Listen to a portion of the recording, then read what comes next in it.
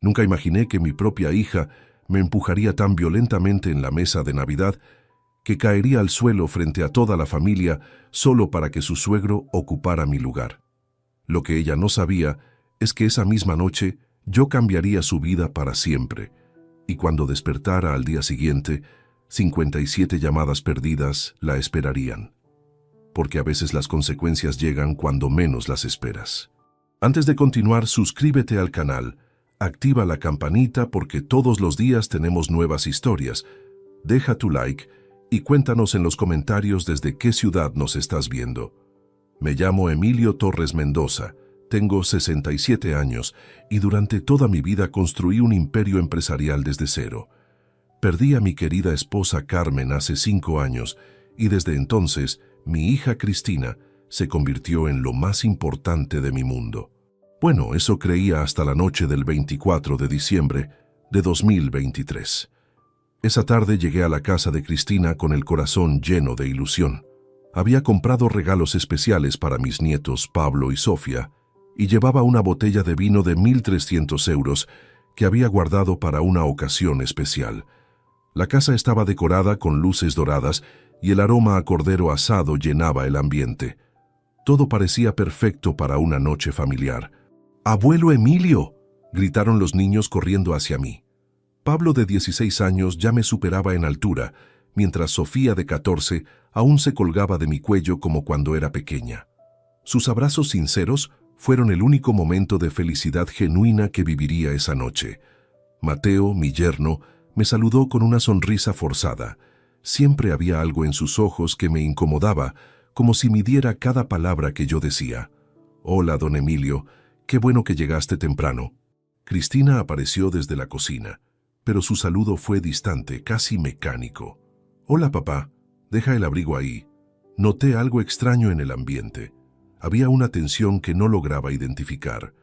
La mesa estaba puesta para 7 personas, pero solo éramos 5. «¿Esperamos a alguien más?», pregunté mientras observaba el lugar adicional en la mesa. «Sí, mi padre llegará en un momento», respondió Mateo con una sonrisa que no alcanzaba sus ojos. Se refería a Joaquín Gil Herrera, un empresario de 72 años que siempre había competido conmigo silenciosamente en el mundo de los negocios. Durante años había intentado quitarme contratos importantes con métodos cuestionables. Cuando Joaquín llegó, todo cambió.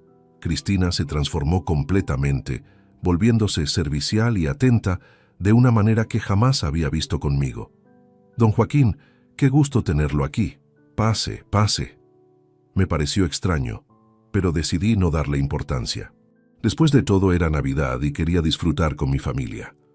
Nos sentamos a la mesa y yo ocupé mi lugar habitual, el que siempre había sido mío en las celebraciones familiares, a la cabecera junto a Cristina.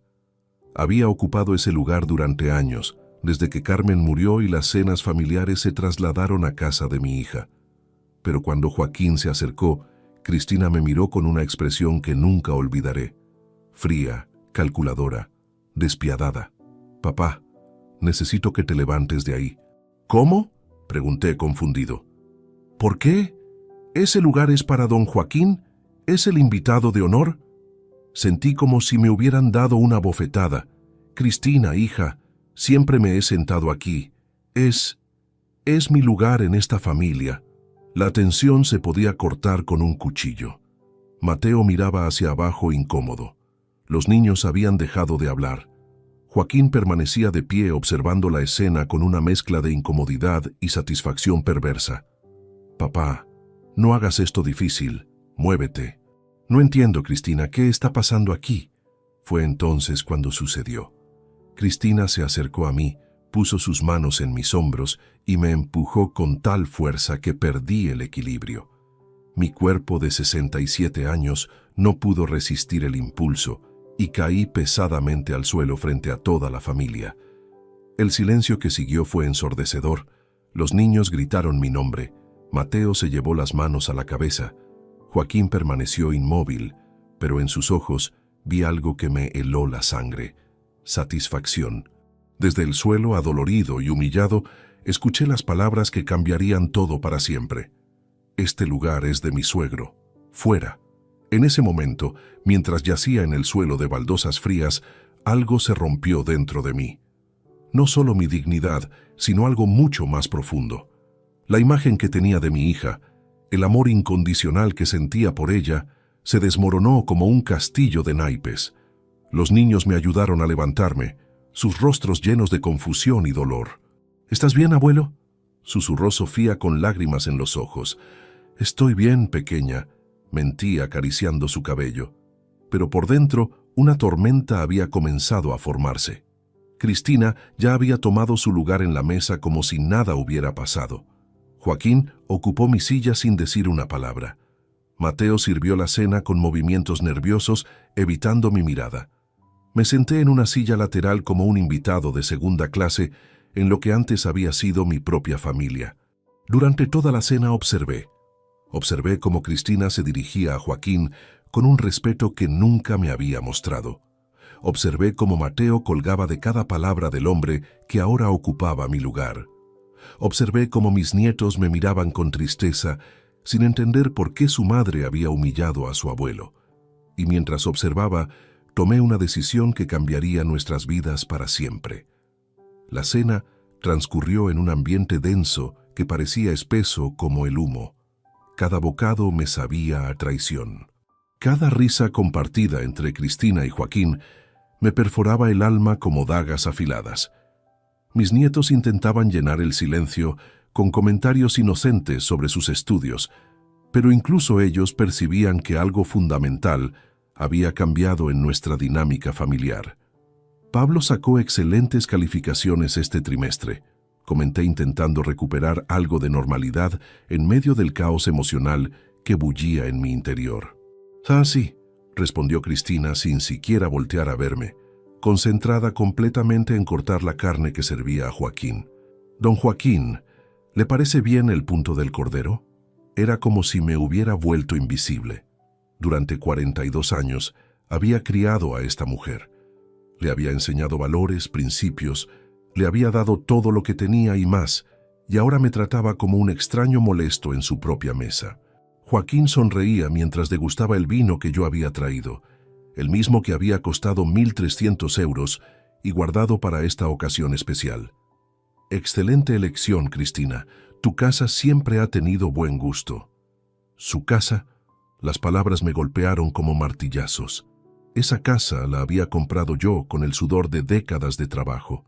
Cada ladrillo, cada mueble, cada detalle había sido pagado con mi esfuerzo. Y ahora este hombre hablaba como si fuera propiedad de mi hija. «Gracias, don Joaquín», respondió Cristina con una sonrisa radiante que no me había dedicado en años. «Para nosotros es un honor tenerlo aquí». Mateo asintió fervorosamente. «Absolutamente. Su experiencia en el sector inmobiliario es admirable». Escuché esa conversación con creciente desconcierto. Sector inmobiliario. ¿Desde cuándo Joaquín se había convertido en una figura tan importante para mi familia? «Bueno», continuó Joaquín mientras cortaba elegantemente su carne, «he estado observando varios proyectos interesantes, edificios residenciales en zonas de alta plusvalía. Mateo me ha estado asesorando sobre las mejores ubicaciones». Esas palabras me atravesaron como puñales. Mi propio yerno estaba compartiendo información del mercado inmobiliario con mi competencia directa, usando probablemente conocimientos que había adquirido trabajando conmigo durante años. «El proyecto de Salamanca es fascinante», añadió Mateo con entusiasmo. «Las perspectivas de rentabilidad son extraordinarias». Conocía perfectamente ese proyecto. Era una inversión que yo había estado considerando durante meses, analizando cada detalle, cada riesgo, cada oportunidad. Y ahora descubría que mi información privilegiada estaba siendo compartida con Joaquín Gil Herrera en mi propia mesa navideña. «Abuelo, ¿te sientes bien?», preguntó Sofía con preocupación genuina. «Estás muy callado». «Estoy bien, cariño», mentí mientras acariciaba su mejilla. «Solo estoy escuchando las conversaciones de los adultos».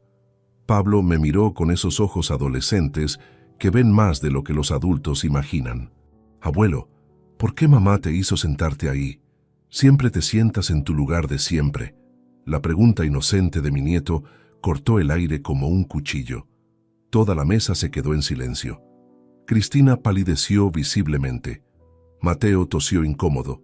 Joaquín continuó comiendo como si nada hubiera pasado, pero noté una sonrisa casi imperceptible en la comisura de su boca.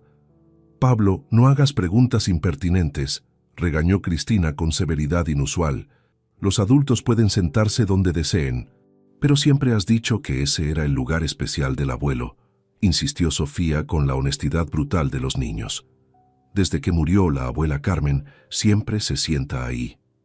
El nombre de mi esposa flotó en el aire como un fantasma doloroso. Carmen había muerto hace 5 años y desde entonces estas cenas navideñas se habían convertido en nuestra tradición más sagrada. Ella siempre decía que la familia era lo más importante, que había que protegerla por encima de todo. «Sofía, come en silencio», ordenó Mateo con una dureza que no le había escuchado jamás hacia sus hijos. Joaquín aprovechó el momento incómodo para retomar la conversación. «Emilio, cuéntanos sobre tus proyectos actuales. Seguramente tienes inversiones interesantes en marcha». Su tono era condescendiente, casi burlón. Era evidente que esta pregunta tenía una intención oculta. Quería información. Quería saber cuáles eran mis movimientos empresariales para poder sabotearlos como había hecho tantas veces en el pasado. «Prefiero mantener mis asuntos comerciales en privado», respondí secamente. «Oh, vamos, papá», intervino Cristina con falsa alegría. «Estamos en familia. Don Joaquín tiene mucha experiencia. Podría darte consejos valiosos». «Consejos valiosos» de mi competencia directa durante una cena navideña, después de haberme humillado públicamente. La ironía era tan grotesca que casi me hizo reír. «Creo que tengo suficiente experiencia para manejar mis propios negocios», respondí manteniendo la compostura. «Por supuesto», asintió Joaquín, con esa sonrisa falsa que tan bien conocía. «Aunque siempre es bueno escuchar perspectivas frescas. El mercado está cambiando muy rápidamente». Mateo se inclinó hacia adelante con interés evidente. «Don Joaquín tiene razón. Las nuevas tendencias requieren adaptabilidad». Escuché esas palabras y finalmente comprendí lo que estaba sucediendo. No era solo una cena navideña incómoda, era una emboscada cuidadosamente planeada. Joaquín había venido aquí con un propósito específico: obtener información sobre mis negocios, evaluar mis debilidades y posiblemente reclutar a mi propia familia como aliados en su guerra empresarial contra mí. Y lo más doloroso de todo era que Cristina y Mateo parecían estar cooperando voluntariamente en esta traición. «Bueno», anunció Joaquín mientras se limpiaba delicadamente la boca con la servilleta, «ha sido una cena extraordinaria. Cristina, Mateo, son anfitriones excepcionales». «El placer es nuestro», respondió Cristina, irradiando satisfacción. Durante todo este intercambio yo permanecí sentado en mi silla lateral, observando cómo mi propia familia celebraba la presencia del hombre que había pasado años intentando destruir mi empresa. Era surrealista, era doloroso, pero sobre todo era revelador. Mientras servían el postre, tomé una decisión silenciosa pero definitiva. Esta sería la última vez que permitiría ser tratado de esta manera. Esta sería la última vez que mi generosidad sería confundida con debilidad. Joaquín se levantó finalmente para marcharse, y todo el ritual de despedida fue una nueva exhibición de servilismo de parte de Cristina y Mateo. Abrazos efusivos, invitaciones futuras, promesas de colaboración. Cuando finalmente se marchó, me dirigí hacia la puerta para irme también. «¿Ya te vas, abuelo?», preguntó Pablo con tristeza evidente. «Sí, pequeño. Tengo cosas importantes que hacer». «¿Estás enojado con nosotros?», susurró Sofía abrazándome fuerte. «Jamás podría estar enojado con ustedes», le respondí sinceramente. «Los amo más de lo que pueden imaginar». Cristina ni siquiera se molestó en acompañarme hasta la puerta. La última imagen que tuve esa noche fue la de mi hija recogiendo los platos, tarareando alegremente, como si acabara de vivir la mejor noche de su vida. Salí a la calle fría de diciembre con una claridad mental que no había experimentado en años. Sabía exactamente qué tenía que hacer Llegué a mi apartamento cerca de la medianoche, pero el sueño era lo último que tenía en mente. Mientras el resto de Madrid celebraba la Navidad, yo me preparaba para la batalla más importante de mi vida. Encendí todas las luces de mi despacho y desplegué sobre el escritorio de roble todos los documentos legales que había acumulado durante 4 décadas de trabajo. La primera tarea era revisar minuciosamente los contratos societarios. Necesitaba confirmar algo que sospechaba. Cristina nunca había tenido participación accionaria real en Torres Construcciones S.L. Ella vivía cómodamente de las donaciones que yo le había hecho a lo largo de los años, pero técnicamente no poseía acciones de la empresa familiar. Mientras hojeaba carpetas y expedientes, mi teléfono sonó. Era Mercedes López, mi contadora personal desde hacía 15 años. Don Emilio, he estado revisando las cuentas desde que hablamos. Hay algo que debes saber urgentemente. Dime, Mercedes. Cristina ha estado utilizando las donaciones para gastos mucho mayores de lo que imaginábamos. La casa donde vive tiene mejoras por valor de 120.000 euros que ella financió sin consultarle. El coche de Mateo, 200.000 euros. Las tarjetas de crédito adicionales. Don Emilio, debe más de 150.000 euros en compras personales. La información me golpeó como un yunque. ¿Está en mora con algún pago? Varios. El apartamento de la Costa del Sol tiene una hipoteca pendiente de 80.000 euros. Sin sus avales, será ejecutado inmediatamente. Perfecto. Quiero que mañana temprano inicies todos los procedimientos de revocación. ¿Está completamente seguro? Esto arruinará su situación económica. Mercedes, mi hija acaba de arruinar algo mucho más valioso, nuestra relación. Ahora ella aprenderá sobre consecuencias. Después de colgar, continué revisando documentos hasta encontrar lo que buscaba. Las escrituras de las propiedades que había transferido a nombre de Cristina. La casa principal en Chamartín, valorada en 300.000 euros. El apartamento costero en Valencia, 200.000 euros. Y las inversiones en fondos que ascendían a 80.000 euros. Todo había sido registrado como donaciones por amor paternal, pero la legislación española permitía la revocación por ingratitud del donatario, y la humillación pública de esta noche constituía un caso textbook de ingratitud notoria. A las 3 de la madrugada llamé a Eduardo Ruiz, mi abogado de confianza. Eduardo, necesito que prepares documentos de revocación de donaciones por ingratitud notoria. Quiero que estén listos a primera hora. Emilio, es Nochebuena. ¿Qué ha pasado? Mi hija me empujó al suelo delante de mis nietos para darle mi lugar a Joaquín Gil Herrera. Necesito que entiendas la gravedad de esta situación. Hubo una pausa larga. Eduardo conocía perfectamente la historia de competencia empresarial entre Joaquín y yo.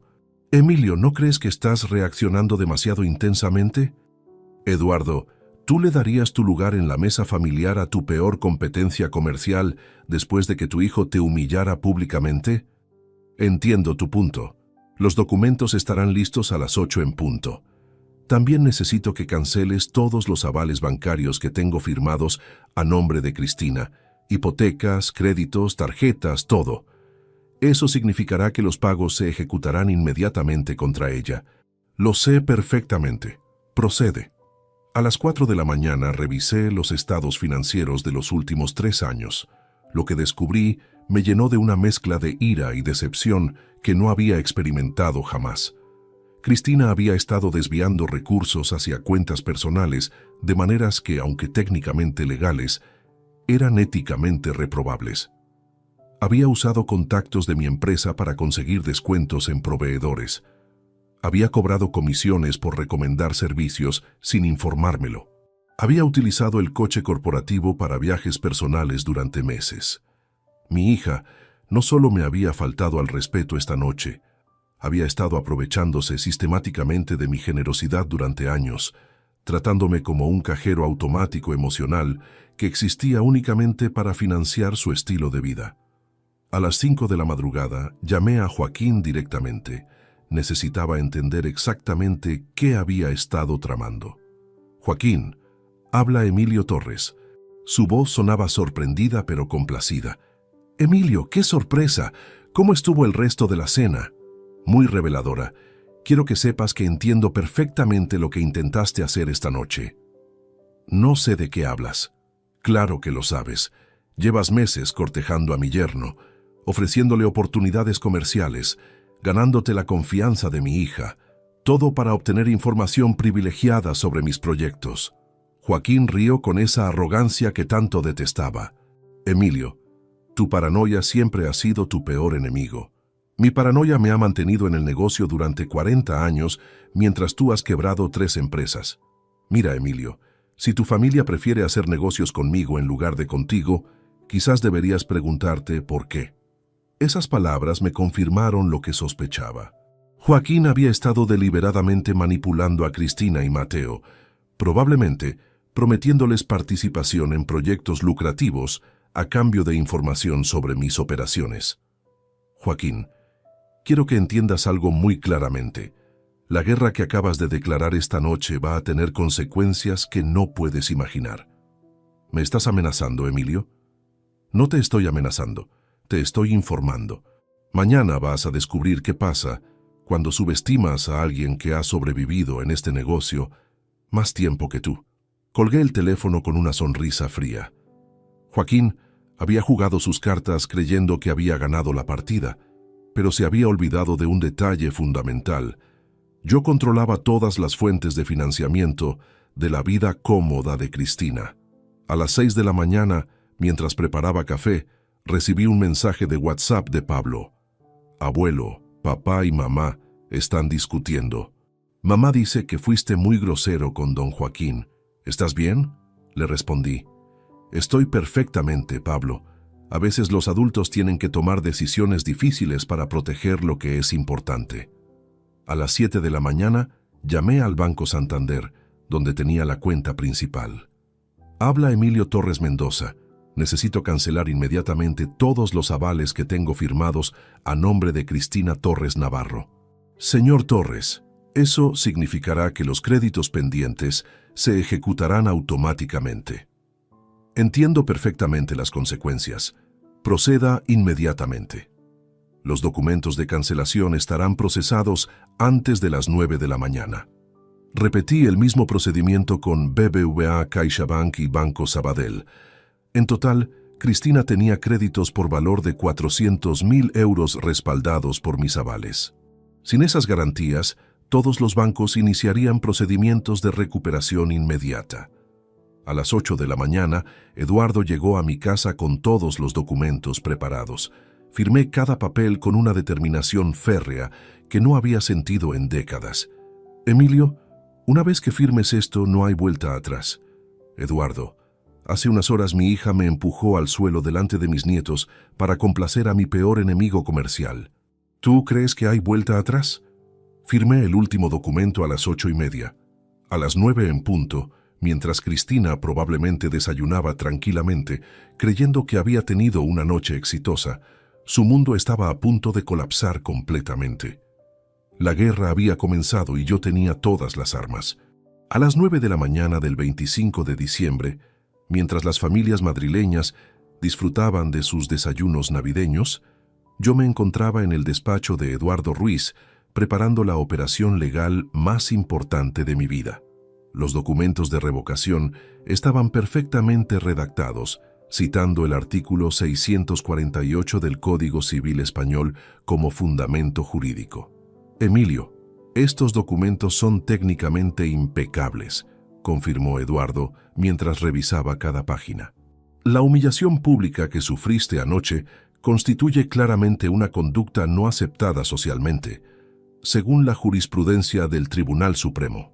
¿Cuánto tiempo necesitas para presentar todo ante el registro? Las revocaciones por ingratitud se procesan de forma urgente. Para esta tarde tendrás las resoluciones provisionales.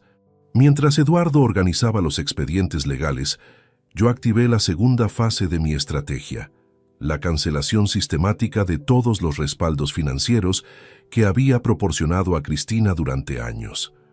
Mi primer objetivo era el Banco Santander, donde Cristina tenía una línea de crédito hipotecario por valor de 250.000 euros, respaldada completamente por mi aval personal. Marqué el número directo de la sucursal. Habla Emilio Torres Mendoza, cliente preferente número 4789. Necesito cancelar inmediatamente el aval hipotecario de mi hija Cristina Torres Navarro. Señor Torres, esa cancelación activaría automáticamente la exigibilidad total del préstamo. ¿Está seguro de proceder? Completamente seguro. Proceda con la cancelación inmediata. Los documentos de notificación se enviarán al deudor principal antes de las 11 de la mañana. Repetí el mismo procedimiento con el BBVA, donde Cristina mantenía tarjetas de crédito corporativas con límites de 30.000 euros, todas respaldadas por mis garantías personales. La cancelación significaba que cualquier saldo pendiente se convertiría en exigible inmediatamente. CaixaBank resultó ser el caso más complicado. Allí Mateo había solicitado un crédito empresarial de 100.000 euros para modernizar sus operaciones comerciales, usando mi recomendación personal como garantía principal. Don Torres, este crédito tiene cláusulas específicas de vencimiento anticipado en caso de retirada del aval, me informó el gerente de cuentas. Su yerno tendrá 72 horas para liquidar la totalidad del préstamo. Perfecto. Quiero que la notificación se envíe por mensajería urgente. El cuarto banco en mi lista era Banco Sabadell, donde había respaldado la compra del BMW de Mateo mediante un leasing empresarial. Sin mi garantía, el contrato se anularía automáticamente y el vehículo sería recuperado por impago. Señor Torres, ¿está consciente de que esta decisión afectará significativamente la situación crediticia de los beneficiarios? Es exactamente lo que pretendo conseguir. A las 10:30 de la mañana, Eduardo recibió confirmación del registro de la propiedad. Las revocaciones de donaciones habían sido aceptadas para procesamiento urgente, citando como causa fundamental la conducta socialmente reprobable del donatario que demuestra ingratitud de especial gravedad. Emilio, técnicamente Cristina tiene derecho a presentar alegaciones, pero necesitaría demostrar que su comportamiento no constituye ingratitud. Considerando que empujó a su propio padre delante de testigos para beneficiar a un tercero, sus posibilidades legales son prácticamente inexistentes. Mientras Eduardo tramitaba los aspectos jurídicos, yo me concentré en la logística de la recuperación patrimonial. La casa de Chamartín, valorada en 300.000 euros, requería un procedimiento especial porque Cristina y su familia vivían allí actualmente. Contacté a Inmobiliaria Velázquez, la empresa que había gestionado la compra original de esa propiedad hace 8 años. Señor Torres, necesitamos realizar una inspección técnica para actualizar la valoración de la propiedad. Los ocupantes actuales han realizado modificaciones no autorizadas. Según mis registros, han invertido aproximadamente 120.000 euros en mejoras sin mi conocimiento. Quiero una evaluación completa de esas modificaciones.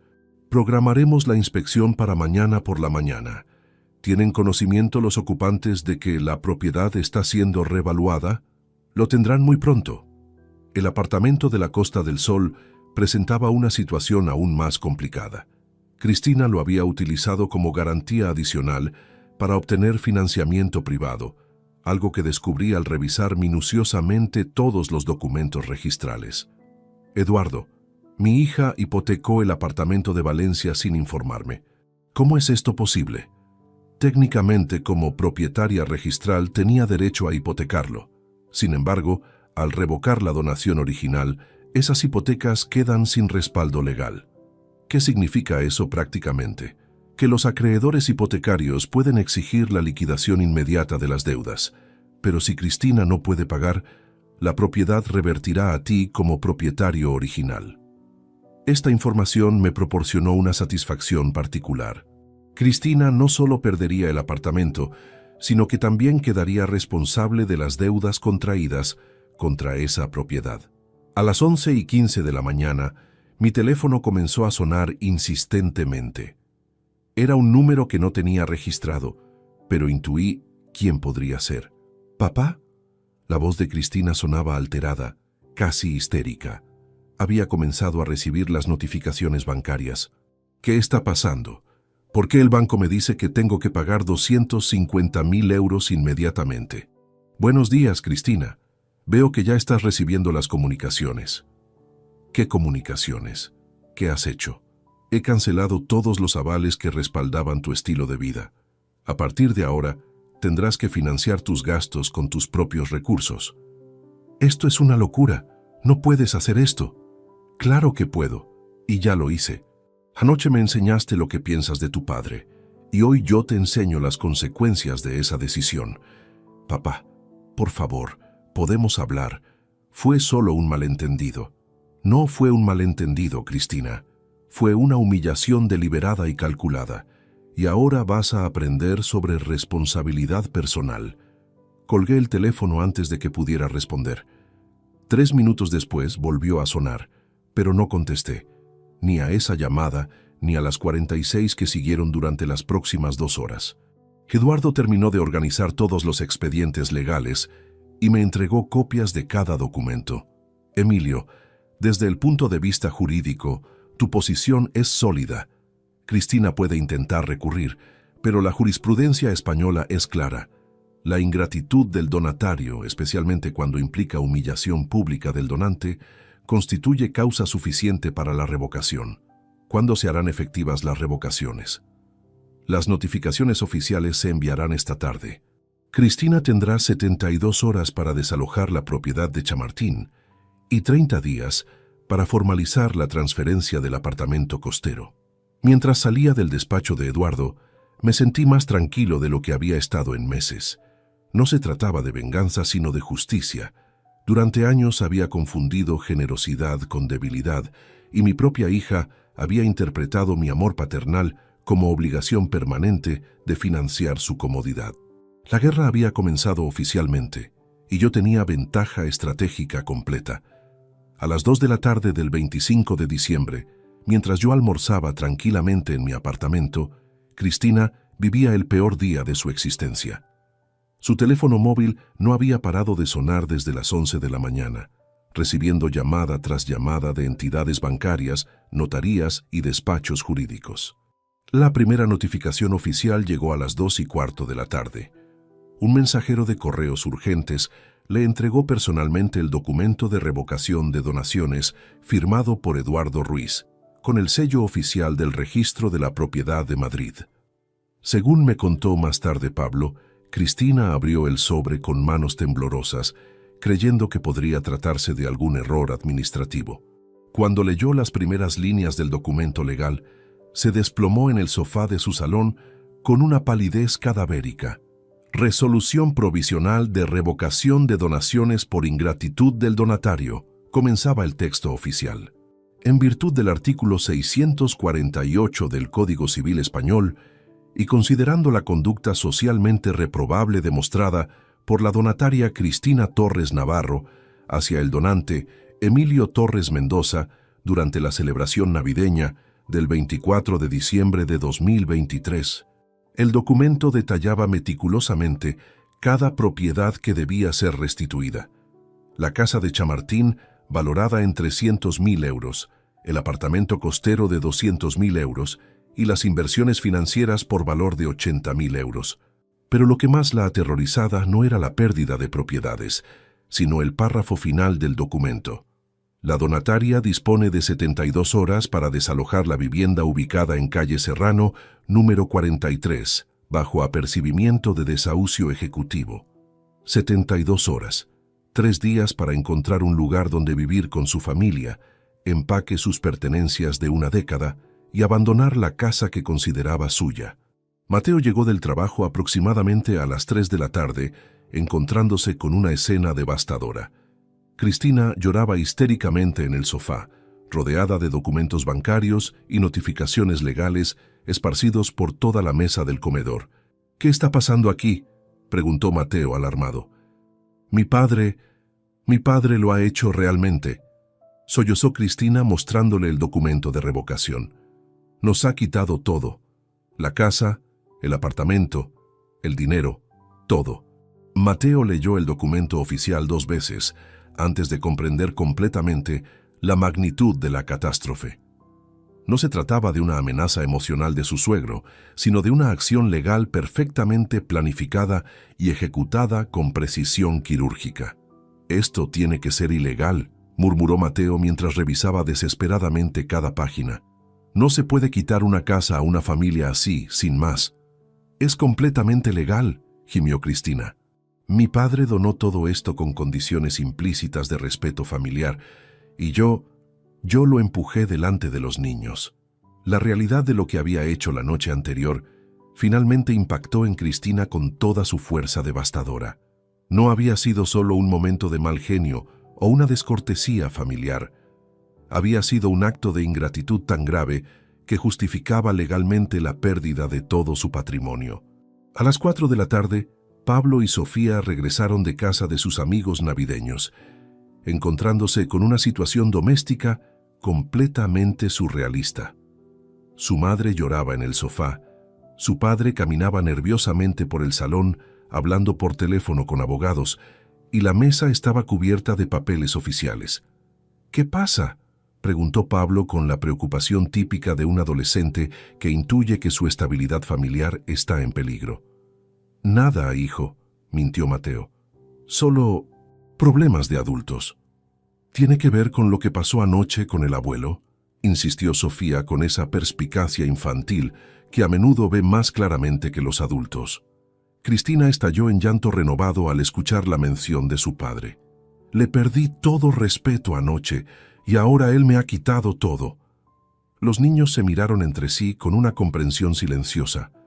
Pablo, con la madurez emocional de sus 16 años, se acercó a su madre y le puso una mano en el hombro. «Mamá, ¿por qué empujaste al abuelo? Nunca habías hecho algo así». Esa pregunta simple contó más profundo que cualquier documento legal. Cristina no tenía respuesta racional. En el momento había parecido importante impresionar a Joaquín, demostrar que su familia valoraba su presencia más que la de su propio padre. Ahora, 24 horas después, esa decisión parecía la más estúpida de su vida. A las 5 de la tarde, Cristina tomó una decisión desesperada. Contra las instrucciones explícitas de Mateo, decidió ir directamente al apartamento de su padre para suplicar perdón y negociar una solución. Cuando llegó al edificio donde había vivido su padre durante los últimos 5 años, se encontró con la primera sorpresa. Las cerraduras habían sido cambiadas. Sus llaves, que había conservado para emergencias, ya no funcionaban. Llamó insistentemente al portero electrónico, pero nadie respondía. Esperó en el portal durante 2 horas, con la esperanza de que su padre regresara de donde quiera que estuviera, pero el apartamento permanecía vacío y silencioso. Finalmente, a las 7 de la tarde, el conserje del edificio se acercó a ella con cierta compasión. «Señorita Torres, don Emilio me pidió que le entregara esto si usted venía». Le entregó un sobre lacrado con su nombre escrito en la caligrafía familiar de su padre. Cristina lo abrió con manos temblorosas, encontrando una carta mecanografiada que cambiaría para siempre su perspectiva sobre las consecuencias de sus acciones. «Cristina», comenzaba la carta, «si estás leyendo esto, significa que ya has recibido las notificaciones legales y comprendes la seriedad de la situación que tú misma has creado. Durante 42 años te crié con valores de respeto, gratitud y dignidad familiar. Anoche me demostraste que esos valores no significan nada para ti cuando puedes obtener ventaja social humillando a tu propio padre. La casa donde vives fue comprada con el sudor de 30 años de trabajo. El apartamento de Valencia lo compré pensando en que tus hijos tuvieran un lugar especial para las vacaciones familiares. Las inversiones las hice para garantizar tu estabilidad económica. Todo eso lo hice por amor paternal, esperando únicamente respeto básico a cambio. Anoche me enseñaste que ese respeto no existe, y hoy te enseño yo las consecuencias de esa decisión. Tienes 72 horas para abandonar la propiedad. No habrá negociación, no habrá segunda oportunidad, no habrá perdón fácil. Si alguna vez quieres recuperar algo parecido a una relación con tu padre, tendrás que demostrar durante años que has aprendido el valor del respeto y la gratitud. Pero eso será tu decisión y tu esfuerzo. Tu padre, que ya no te reconoce como la hija que crió, Emilio Torres Mendoza. Cristina terminó de leer la carta sentada en el suelo del portal, llorando con una desesperación que no había experimentado jamás en su vida adulta. No había vuelta atrás, no había solución fácil, no había perdón inmediato. Su mundo había colapsado completamente en 24 horas, y todo por 30 segundos de soberbia estúpida la noche anterior. Esa noche del 25 de diciembre, mientras Cristina lloraba en su casa leyendo y releyendo la carta de su padre, yo me encontraba en el apartamento de mi hermana Ana, redactando el documento más doloroso pero necesario de mi vida. Una declaración jurada detallando los años de ingratitud acumulada que habían culminado en la humillación navideña. Emilio, ¿estás seguro de que quieres incluir todos estos episodios?, preguntó Ana mientras revisaba mi borrador. Algunos son muy personales. Ana, la revocación por ingratitud requiere documentación exhaustiva. Eduardo necesita pruebas concretas de que el comportamiento de Cristina no fue un incidente aislado, sino un patrón de conducta. En el documento había recopilado meticulosamente una década de desaires y faltas de respeto que había pasado por alto por amor paternal, pero que ahora cobraban relevancia jurídica crucial. El primer episodio documentado databa del año 2014, durante la boda de Cristina. Ella había insistido en que mi discurso como padre de la novia fuera revisado previamente por Mateo, para asegurar que fuera apropiado para los invitados importantes. Había aceptado esa humillación silenciosamente para no arruinar su día especial.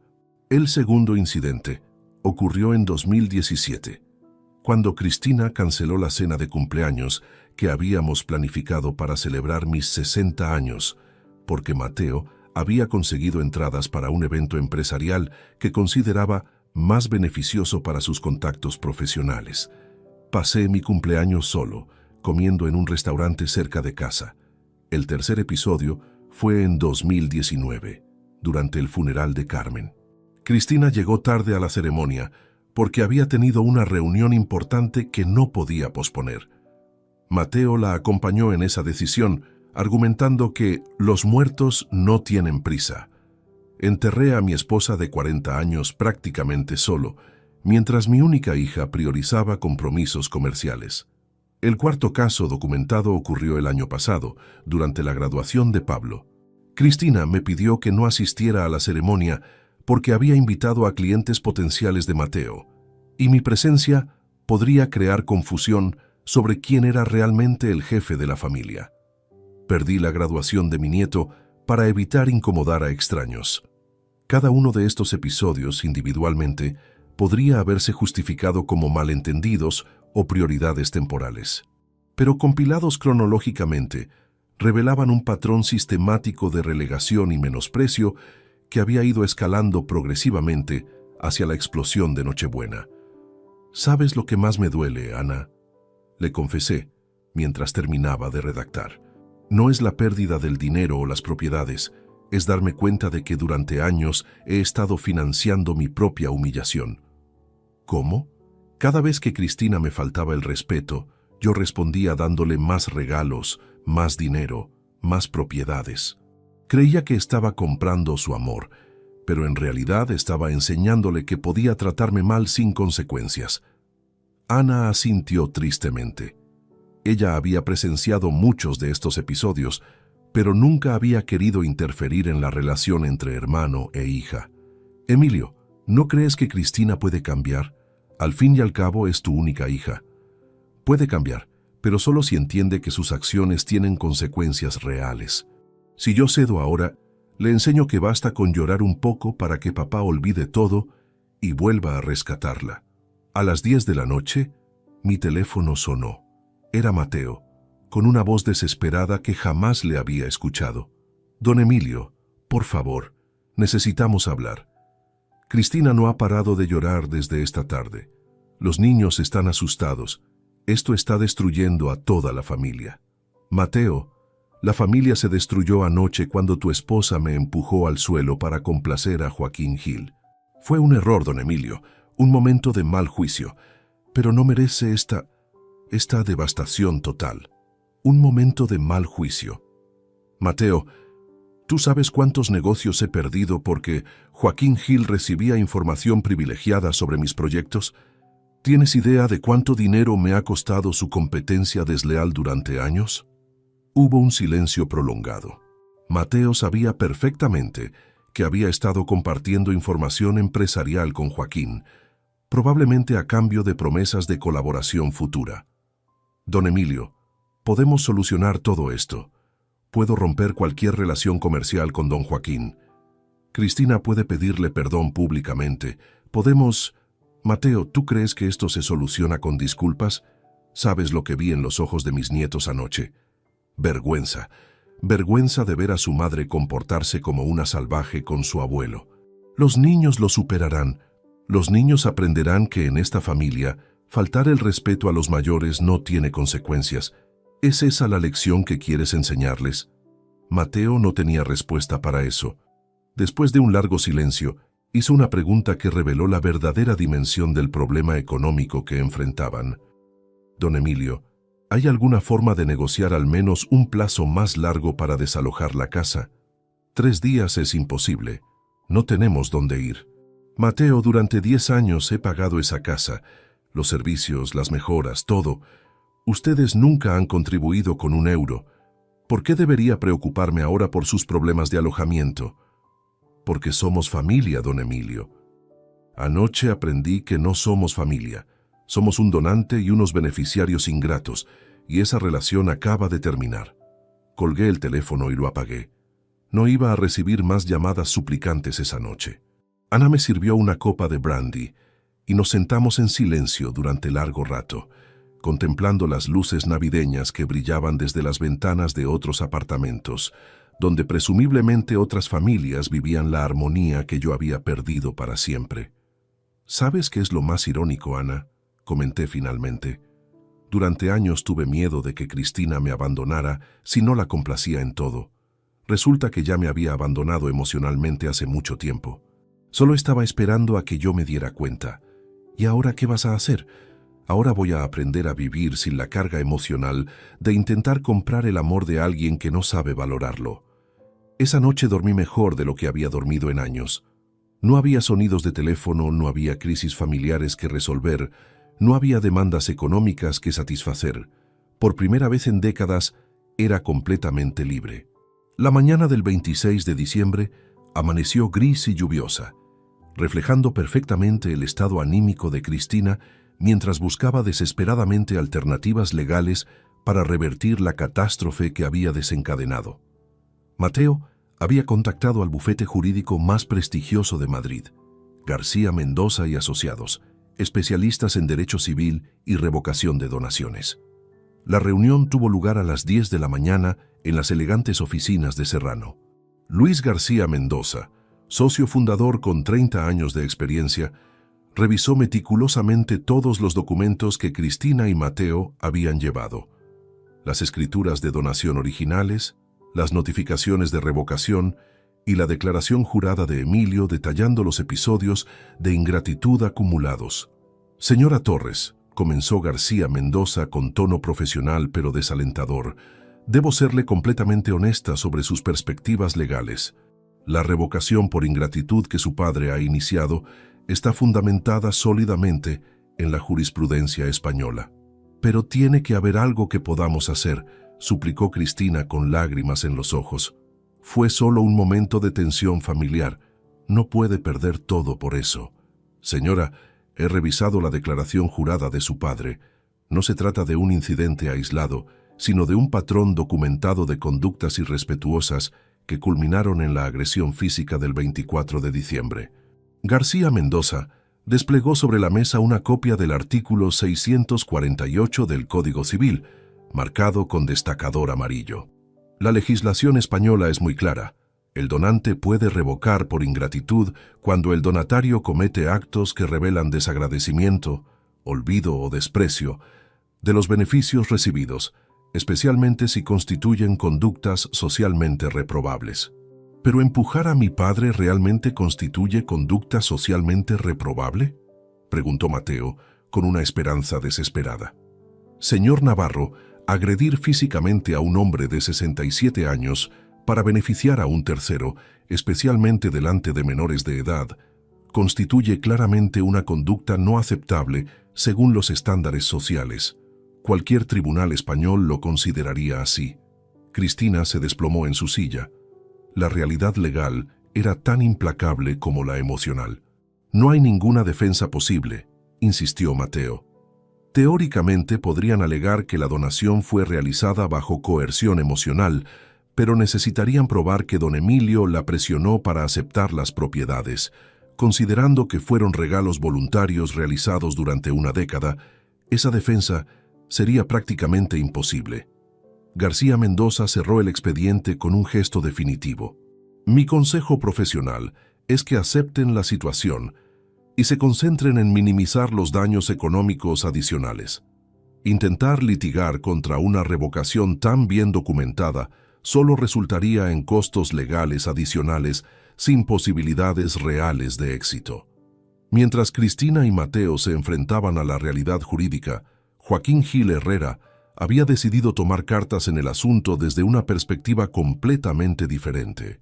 Después de reflexionar sobre los eventos navideños, se dio cuenta de que había subestimado gravemente la determinación de Emilio Torres.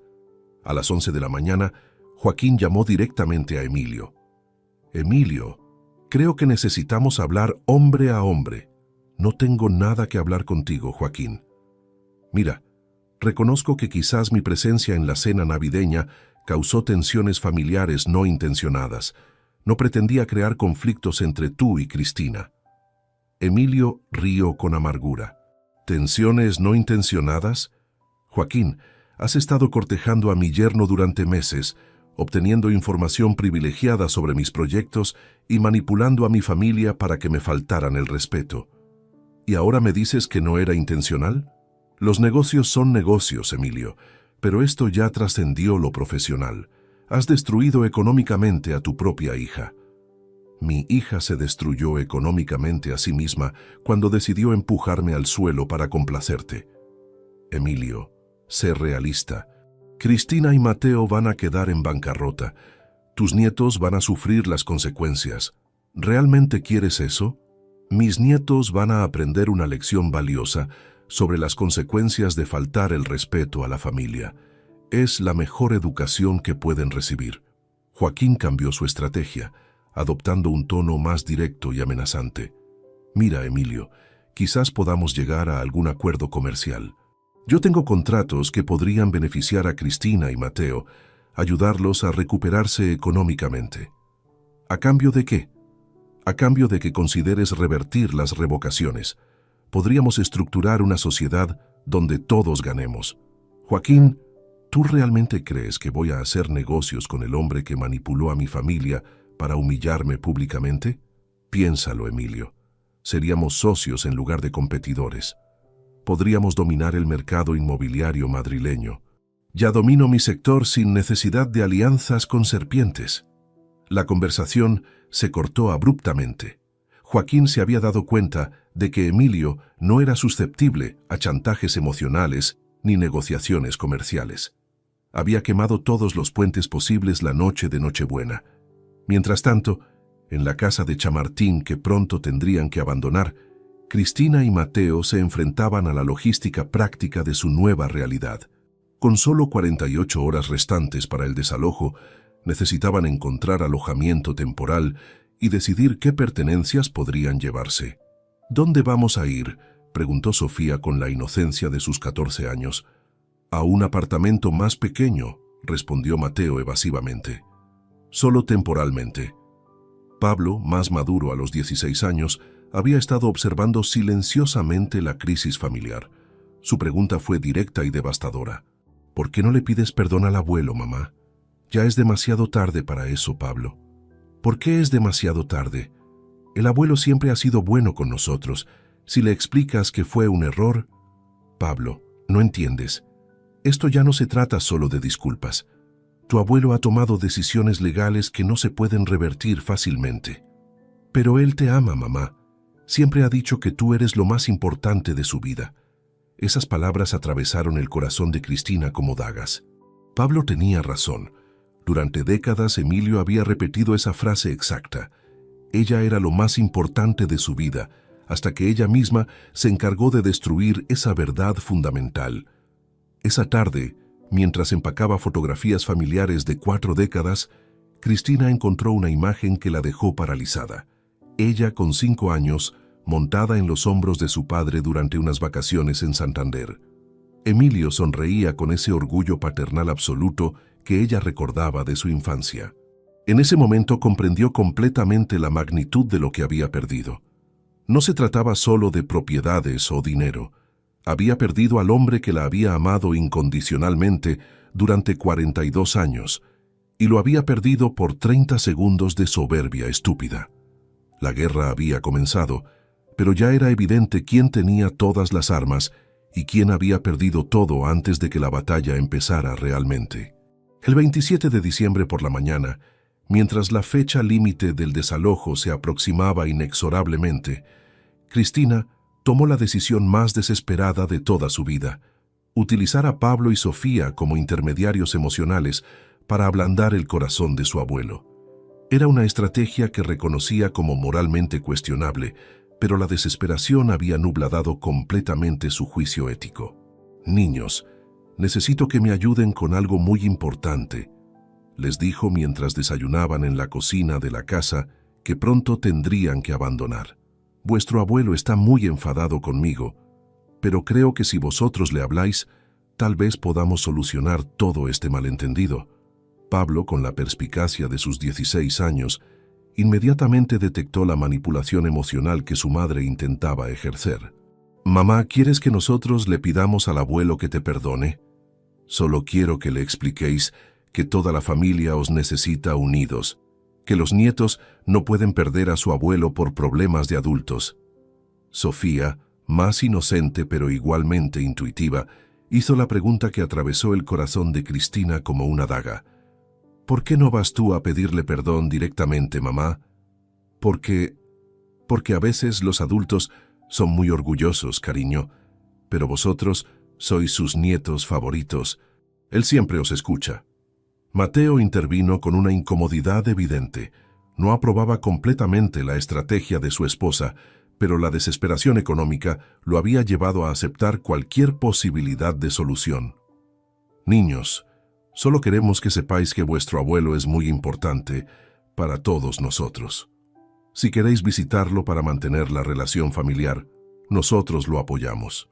A las 11 de la mañana, Cristina acompañó a Pablo y Sofía hasta el edificio donde vivía Ana Torres, después de haber llamado previamente para confirmar que Emilio estaría allí. Su hermana había aceptado recibir a los nietos, pero había sido muy clara sobre las condiciones. «Emilio verá a los niños, pero tú no puedes subir. Y los niños deben entender que no están aquí para negociar por ti, sino para mantener su relación independiente con su abuelo». Cuando Pablo y Sofía tocaron el timbre del apartamento de Ana, Emilio los recibió con el mismo amor genuino que siempre había demostrado. Los abrazó fuertemente, pero inmediatamente notó la tensión en sus rostros. «Abuelo, ¿estás bien?», preguntó Sofía con preocupación genuina. «Estoy bien, pequeña. Pero más importante, ¿cómo estáis vosotros? Sé que han sido días difíciles en casa». Pablo, con la madurez emocional que lo caracterizaba, decidió abordar directamente el tema que los había llevado allí. «Abuelo, mamá está muy triste, llora todo el tiempo y dice que va a perder la casa. ¿Es verdad que ya no la quieres?». Emilio se sentó en el sofá y atrajo a sus nietos hacia él, eligiendo cuidadosamente sus palabras para explicar una situación compleja sin dañar la imagen que tenían de su madre. «Pablo, Sofía, quiero que entendáis algo muy importante. Yo os amo a vosotros exactamente igual que siempre. Nada de lo que está pasando entre vuestra madre y yo cambia ese amor». «¿Pero por qué le has quitado la casa, abuelo?», insistió Sofía con lágrimas en los ojos. «Porque a veces, cuando las personas se comportan de maneras que lastiman profundamente a otras, tiene que haber consecuencias. Si no hay consecuencias, la persona nunca aprende que su comportamiento estuvo mal». «¿Mamá se comportó mal contigo?», preguntó Pablo. «Vuestra madre me empujó al suelo delante de vosotros para dar mi lugar a otro hombre. ¿Vosotros creéis que eso estuvo bien? Los niños se miraron entre sí. Habían presenciado el incidente y les había resultado profundamente perturbador, pero no habían sabido cómo procesarlo emocionalmente.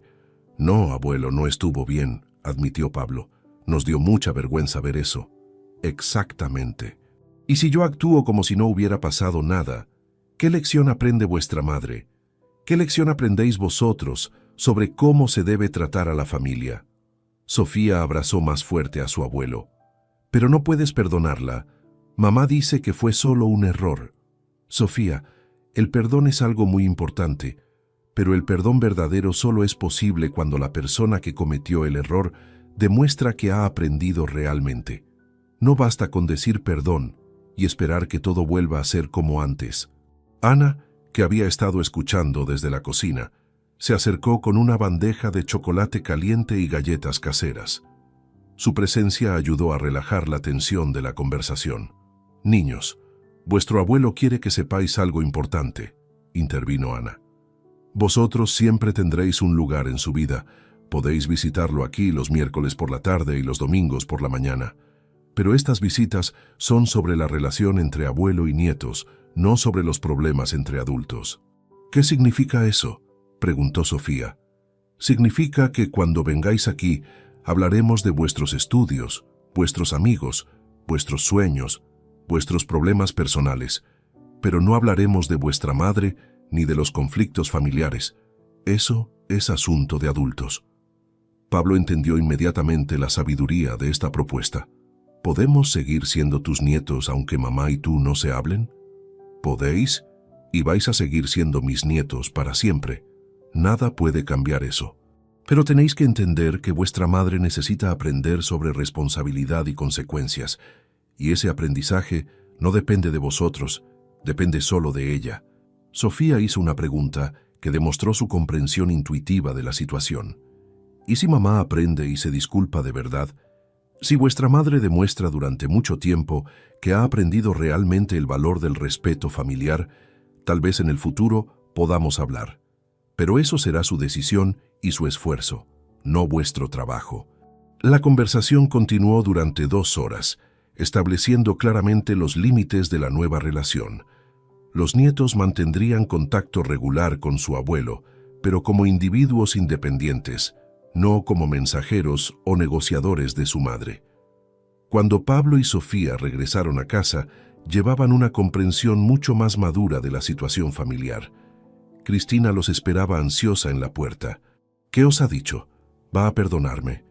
¿Va a detener el desalojo?» Pablo miró a su madre con una seriedad que la sobrecogió. «Mamá, el abuelo nos ama, pero dice que tú tienes que aprender sobre consecuencias. Y nosotros creemos que tiene razón». «¿Qué quieres decir?» «Que lo que hiciste estuvo muy mal, mamá. Y hasta que no aprendas realmente por qué estuvo mal, nada va a cambiar». Por primera vez desde el inicio de la crisis, Cristina se enfrentó al juicio honesto de sus propios hijos. Y ese juicio era tan implacable como el de su padre. La estrategia de utilizar a los nietos como intermediarios no solo había fracasado completamente, sino que había resultado en que sus propios hijos cuestionaran su comportamiento y validaran las decisiones de su abuelo. Cristina se dio cuenta de que había perdido incluso el apoyo incondicional de Pablo y Sofía. Ahora estaba completamente sola en su caída. 3 meses después del desalojo forzoso de la casa de Chamartín, la nueva realidad económica de Cristina y Mateo se había materializado con una dureza que ninguno de los dos había imaginado posible. Sin los respaldos financieros de Emilio, sin las propiedades donadas y con las deudas bancarias ejecutándose implacablemente, habían tenido que vender el BMW de Mateo a un precio muy por debajo de su valor real para poder pagar el depósito de alquiler de un modesto apartamento en Getafe. El contraste con su vida anterior era devastador. De una casa de 200 metros cuadrados en uno de los barrios más elegantes de Madrid, habían pasado a un apartamento de 60 metros cuadrados en una zona industrial donde el ruido del tráfico pesado los despertaba cada mañana a las 5. «¿Cuánto dinero nos queda en la cuenta corriente?», preguntó Cristina mientras revisaba las facturas acumuladas sobre la mesa de la diminuta cocina. 1.200 euros, respondió Mateo con voz apagada. Y eso incluye el dinero que conseguí vendiendo mi reloj Omega. El reloj Omega había sido un regalo de Emilio por el 10º aniversario de bodas de Cristina. Ahora su venta apenas les había proporcionado efectivo suficiente para sobrevivir 2 semanas más. Joaquín Gil, que inicialmente había prometido apoyo empresarial a la pareja, había desaparecido completamente de sus vidas una vez que comprendió la determinación inquebrantable de Emilio. Su interés en Mateo como fuente de información privilegiada se había evaporado cuando ya no hubo información que obtener. ¿Ha llamado don Joaquín?, preguntó Cristina con una esperanza desesperada. Cristina, don Joaquín no va a llamar. Nunca le interesamos como personas, solo como manera de fastidiar a tu padre. Ahora que tu padre nos cortó completamente, ya no tenemos valor para él. La realidad de haber sido manipulados por Joaquín añadía una capa adicional de humillación a su situación. No solo habían perdido a Emilio, sino que habían descubierto que su nuevo aliado los había utilizado como peones en una guerra comercial que ya no existía. Pablo llegó del instituto con una expresión preocupada que se había vuelto habitual en su rostro desde la mudanza forzosa. ¿Cómo te fue en el colegio, hijo?, preguntó Mateo, intentando mantener una normalidad que ya no existía. Bien, papá, pero necesito dinero para la excursión de ciencias naturales. Son 40 euros. 40 euros.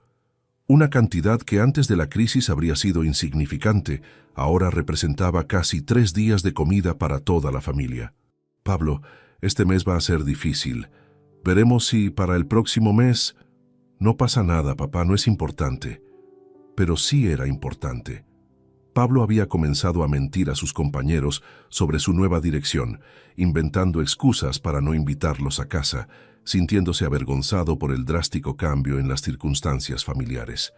Sofía, por su parte, había desarrollado una madurez emocional precoz que resultaba desgarradora de presenciar.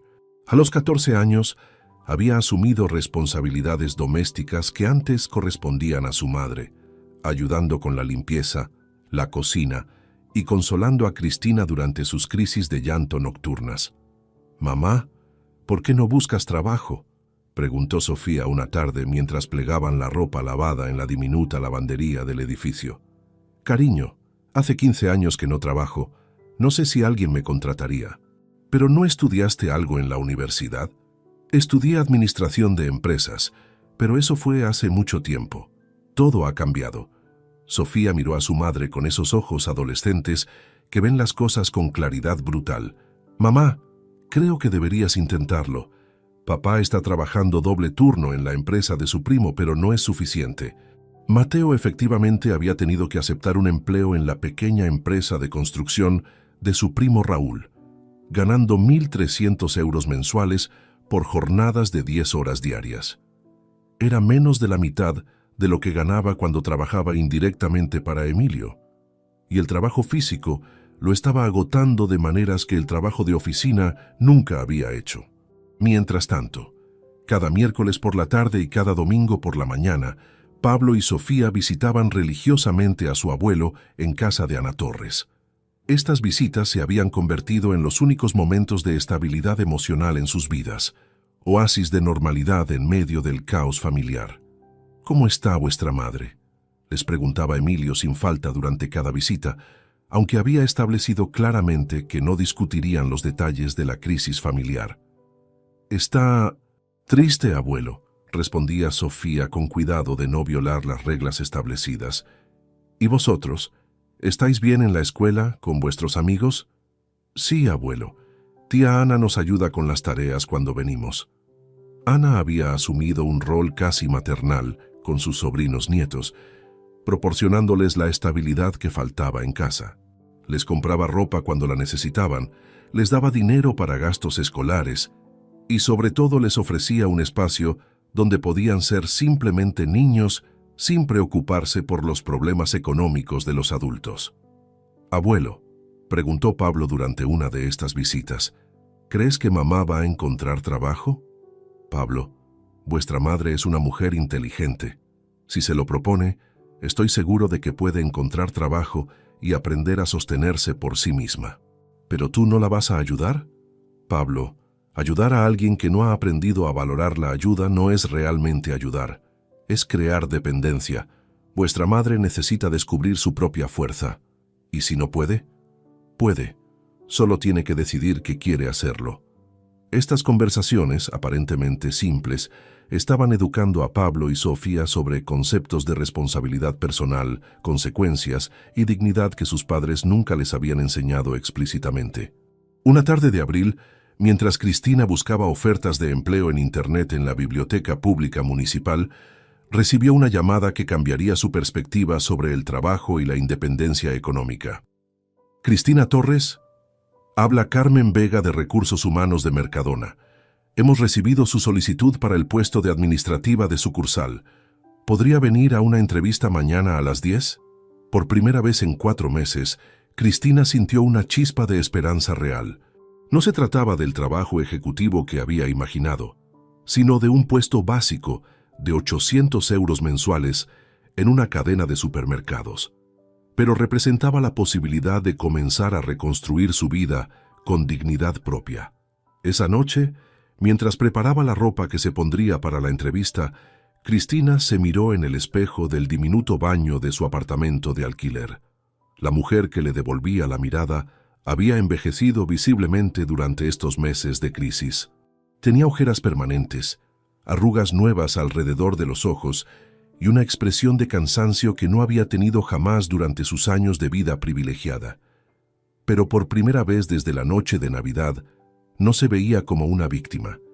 Se veía como una mujer que estaba aprendiendo, dolorosamente pero definitivamente, a valerse por sí misma. Agosto de 2024 marcó un punto de inflexión definitivo en la vida de Emilio Torres y en las consecuencias de sus decisiones navideñas. 8 meses después del colapso familiar, había llegado el momento de reorganizar completamente el patrimonio recuperado y establecer las bases de su nuevo futuro sin Cristina. Esa mañana, en las oficinas de Inmobiliaria Velázquez, Emilio firmó la escritura de venta de la casa de Chamartín por 340.000 euros, 40.000 más de lo que había pagado originalmente debido a las mejoras que Cristina había realizado con su propio dinero. La ironía era perfecta. Las inversiones de su hija en la propiedad habían incrementado el valor que ahora él recuperaba completamente. «Don Emilio, ¿está seguro de que no quiere conservar la propiedad?», le preguntó el notario Ricardo Vázquez mientras revisaba los documentos finales. «Es una casa magnífica en una ubicación privilegiada». «Señor Vázquez, esa casa está llena de recuerdos que prefiero no conservar. Necesito empezar completamente de cero. Con el dinero de la venta, más los 80.000 euros de las inversiones recuperadas y los 200.000 euros del apartamento costero que había vendido en julio, Emilio disponía de más de 600.000 euros para reestructurar su patrimonio según sus nuevas prioridades. Su primera decisión fue comprar un apartamento moderno de 100 metros cuadrados en el barrio de Malasaña, cerca del apartamento de Ana, pero lo suficientemente independiente para mantener su privacidad. El nuevo hogar costó 220.000 euros y lo amueblé completamente con un estilo contemporáneo que no tenía conexión emocional alguna con su vida anterior. La segunda decisión fue más significativa desde el punto de vista emocional: la creación de 2 fondos educativos independientes para Pablo y Sofía, administrados por Ana como tutora legal de los fondos. Cada fondo contenía 60.000 euros destinados exclusivamente a financiar los estudios universitarios y gastos educativos de sus nietos, sin que Cristina o Mateo tuvieran acceso o control alguno sobre esos recursos. «Ana, quiero que quede absolutamente claro en los documentos legales», explicó Emilio, mientras firmaba los contratos de fideicomiso en el despacho de Eduardo Ruiz. «Estos fondos pertenecen exclusivamente a Pablo y Sofía. Sus padres no pueden acceder a ese dinero bajo ninguna circunstancia. Emilio, ¿no crees que esto puede crear más tensiones familiares?» «Ana, la tensión familiar ya existe. Yo simplemente me estoy asegurando de que mis nietos tengan oportunidades educativas independientemente de las decisiones financieras de sus padres. Eduardo Ruiz, que había sido testigo de toda la evolución del conflicto familiar, agregó una perspectiva jurídica importante. Don Emilio, estos fideicomisos educativos están perfectamente blindados. Ni siquiera en caso de bancarrota de los padres podrían ser embargados, porque legalmente pertenecen a los menores bajo tutela específica. Mientras Emilio reorganizaba su patrimonio, la situación de Cristina había experimentado una evolución inesperada.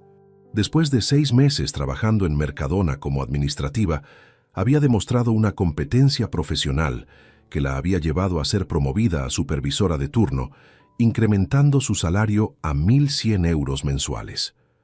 El trabajo diario, la responsabilidad económica directa y la necesidad de interactuar con clientes y compañeros habían transformado su perspectiva sobre el valor del esfuerzo personal. Por primera vez en 15 años, Cristina ganaba dinero con su propio trabajo, pagaba sus gastos con su propio salario y experimentaba la satisfacción de la independencia económica auténtica. ¿Sabes qué es lo más extraño, Mateo?, le comentó una noche mientras cenaban en su modesto apartamento de Getafe. Me siento más orgullosa de este trabajo que de todos los años que viví de las donaciones de mi padre. ¿Por qué? Porque esto lo he conseguido yo sola. Nadie me ha regalado nada. Cuando mi jefa me felicita por el trabajo bien hecho, sé que me lo he ganado realmente. Mateo, que también había encontrado estabilidad laboral en la empresa de construcción de su primo, comenzaba a comprender las lecciones que Emilio había intentado enseñarles con su decisión drástica. Cristina, creo que tu padre tenía razón en algo. ¿En qué?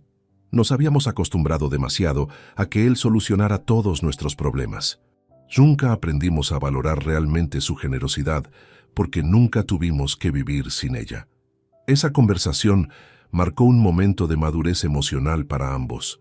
La crisis había sido devastadora, pero también había sido educativa de maneras que no habían anticipado. Mientras tanto, Pablo y Sofía habían desarrollado una rutina estable que equilibraba su lealtad hacia ambas partes de su familia fracturada. Sus visitas regulares al apartamento de Emilio y Ana los miércoles y domingos se habían convertido en oasis de estabilidad emocional, donde podían ser simplemente nietos queridos sin cargar con los problemas económicos de sus padres. «Abuelo, mamá está mucho más contenta desde que empezó a trabajar», comentó Sofía durante una de sus visitas dominicales. «Me alegro mucho de escuchar eso, pequeña. ¿Crees que alguna vez vas a perdonarla completamente?» Emilio reflexionó cuidadosamente antes de responder. Después de 8 meses, su ira inicial había evolucionado hacia algo más complejo, una mezcla de tristeza por lo perdido y satisfacción por las lecciones aprendidas por todos los involucrados. «Sofía, el perdón es un proceso muy complicado. No es algo que sucede de un día para otro, pero me alegra saber que vuestra madre está aprendiendo a valerse por sí misma. ¿Pero la extrañas?» «Extraño a la hija que creía que tenía. La hija real necesitaba aprender estas lecciones sobre responsabilidad y respeto. Quizás algún día, cuando demuestre que ha aprendido realmente, podamos conversar». Pablo, con su madurez de 17 años, hizo una observación que sorprendió a su abuelo por su profundidad. «Abuelo, creo que mamá y papá están convirtiéndose en mejores personas desde que perdieron todo el dinero que les dabas». «¿Por qué dices eso, Pablo?» «Porque antes siempre estaban preocupados por impresionar a la gente rica, como don Joaquín. Ahora se preocupan por hacer bien su trabajo y cuidar de nosotros. Es como si hubieran descubierto quiénes son realmente». Esas palabras de Pablo confirmaron algo que Emilio había esperado secretamente. Las consecuencias de sus acciones no solo lo habían protegido de más humillaciones, sino que habían forzado a su hija y su yerno a crecer como personas. La guerra había terminado, pero había dejado a todos los participantes transformados de maneras que nadie había anticipado. Diciembre de 2024 llegó a Madrid con su característico frío invernal y las primeras luces navideñas que adornaban las calles. Exactamente un año después de la noche que había cambiado para siempre la dinámica de la familia Torres, Emilio se preparaba para celebrar su primera Navidad en su nuevo apartamento de Malasaña, rodeado únicamente de las personas que habían demostrado ser genuinamente leales durante la crisis. La mesa del comedor estaba puesta para 4 personas: Emilio, Ana, Pablo y Sofía. Era una celebración íntima pero auténtica, libre de las tensiones políticas y las manipulaciones emocionales que habían caracterizado las cenas familiares de años anteriores. «Abuelo, ¿estás contento con tu nueva casa?», preguntó Sofía mientras ayudaba a Ana a servir el cordero asado que habían preparado juntas esa tarde. «Muy contento, pequeña. Es exactamente del tamaño que necesito, y cada mueble aquí lo elegí yo porque me gustaba, no porque impresionara a nadie». Pablo, que acababa de cumplir 17 años y había desarrollado una madurez emocional notable durante el año de crisis familiar, hizo una observación que demostró su comprensión profunda de la situación. «Abuelo, ¿sabes qué es lo más extraño? Mamá y papá parecen más felices ahora que cuando vivían en la casa grande». «¿Por qué dices eso, Pablo?». «Porque antes siempre estaban preocupados por lo que pensaran otras personas. Ahora solo se preocupan por hacer bien su trabajo y cuidar de nosotros. Es como si hubieran descubierto quiénes son realmente». Ana sonrió mientras cortaba el cordero. «Pablo, esa es una observación muy sabia. A veces las personas necesitan perder las comodidades externas para encontrar su fortaleza interna». Durante la cena, Emilio compartió con sus nietos algunos de los cambios positivos que había experimentado durante el año de transformación familiar. «Chicos, este año me ha enseñado algo importante sobre el amor auténtico y el amor condicionado». «¿Cuál es la diferencia, abuelo?», preguntó Sofía. «El amor condicionado es cuando alguien te quiere porque le das cosas. El amor auténtico es cuando alguien te quiere por quien eres, independientemente de lo que puedas darle». «¿Y nosotros qué tipo de amor te tenemos?», preguntó Pablo con una sonrisa pícara. «Vosotros me habéis demostrado amor auténtico. Durante todo este año difícil, habéis mantenido vuestra relación conmigo no porque os diera dinero o regalos caros, sino porque genuinamente disfrutáis estar con vuestro abuelo». Después de la cena, mientras Ana preparaba café y Pablo ayudaba a recoger los platos, el teléfono de Emilio sonó. Era un número que no había visto en su pantalla durante exactamente 12 meses. Cristina. Emilio miró la pantalla durante varios timbres, contemplando si debía responder. Finalmente, decidió contestar. «¿Papá?». La voz de Cristina sonaba diferente, más madura, menos demandante, con una humildad que Emilio no había escuchado en años. «Cristina, papá, sé que no tengo derecho a llamarte, y entiendo si no quieres hablar conmigo, pero es Nochebuena y necesitaba decirte algunas cosas. Te escucho. Primero quiero pedirte perdón, no solo por lo que te hice hace un año, sino por todos los años anteriores en los que no valoré tu generosidad y te falté el respeto sin siquiera darme cuenta». Emilio notó algo diferente en el tono de su hija. No era la desesperación histérica del año anterior, sino una confesión reflexiva y genuina. «Segundo, quiero agradecerte». «¿Agradecerme?». «Sí, papá. Agradecerte por haber tenido la fuerza de establecer límites cuando yo no sabía respetarlos. Este año ha sido el más difícil de mi vida, pero también ha sido el año en que más he crecido como persona». Cristina hizo una pausa, y Emilio pudo escuchar que estaba llorando suavemente. «Papá, tengo trabajo, gano mi propio dinero, pago mis propias cuentas, y por primera vez en 15 años me siento orgullosa de mí misma, no porque alguien me esté regalando cosas, sino porque me las estoy ganando». «Me alegra escuchar eso, Cristina.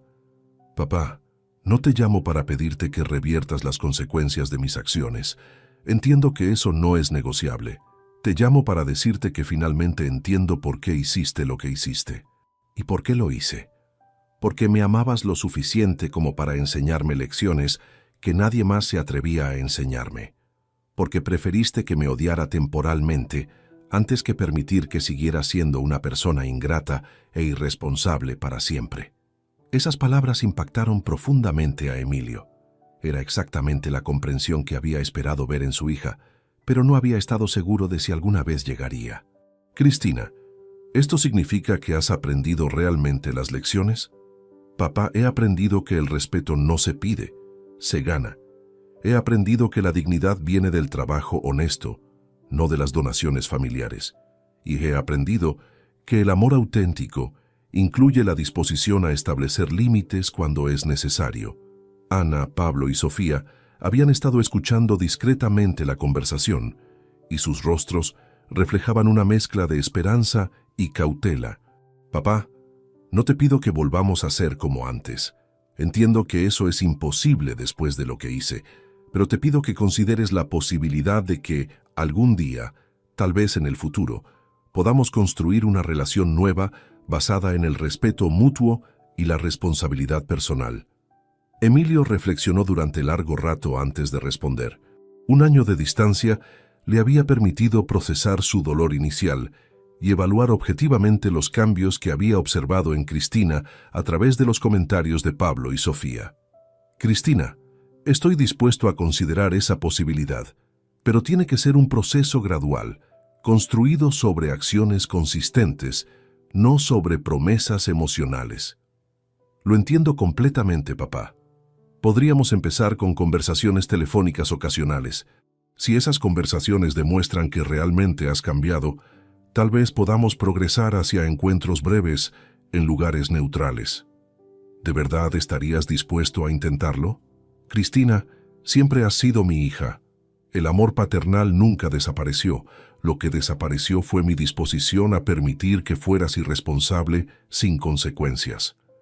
Si has aprendido a ser responsable, entonces podemos explorar cómo reconstruir nuestra relación. Papá, te prometo que haré todo lo necesario para demostrarte que he cambiado realmente. No me prometas, Cristina, demuéstramelo durante los próximos meses y años. Cuando terminó la conversación, Emilio se encontró con 4 pares de ojos expectantes. Ana, Pablo, Sofía y, sorprendentemente, había lágrimas en todos ellos. «Abuelo», dijo Pablo con voz emocionada, «¿crees que mamá ha aprendido realmente?» «Pablo, creo que vuestra madre está en el camino correcto, pero el cambio real se demuestra con tiempo y acciones consistentes, no con una conversación telefónica».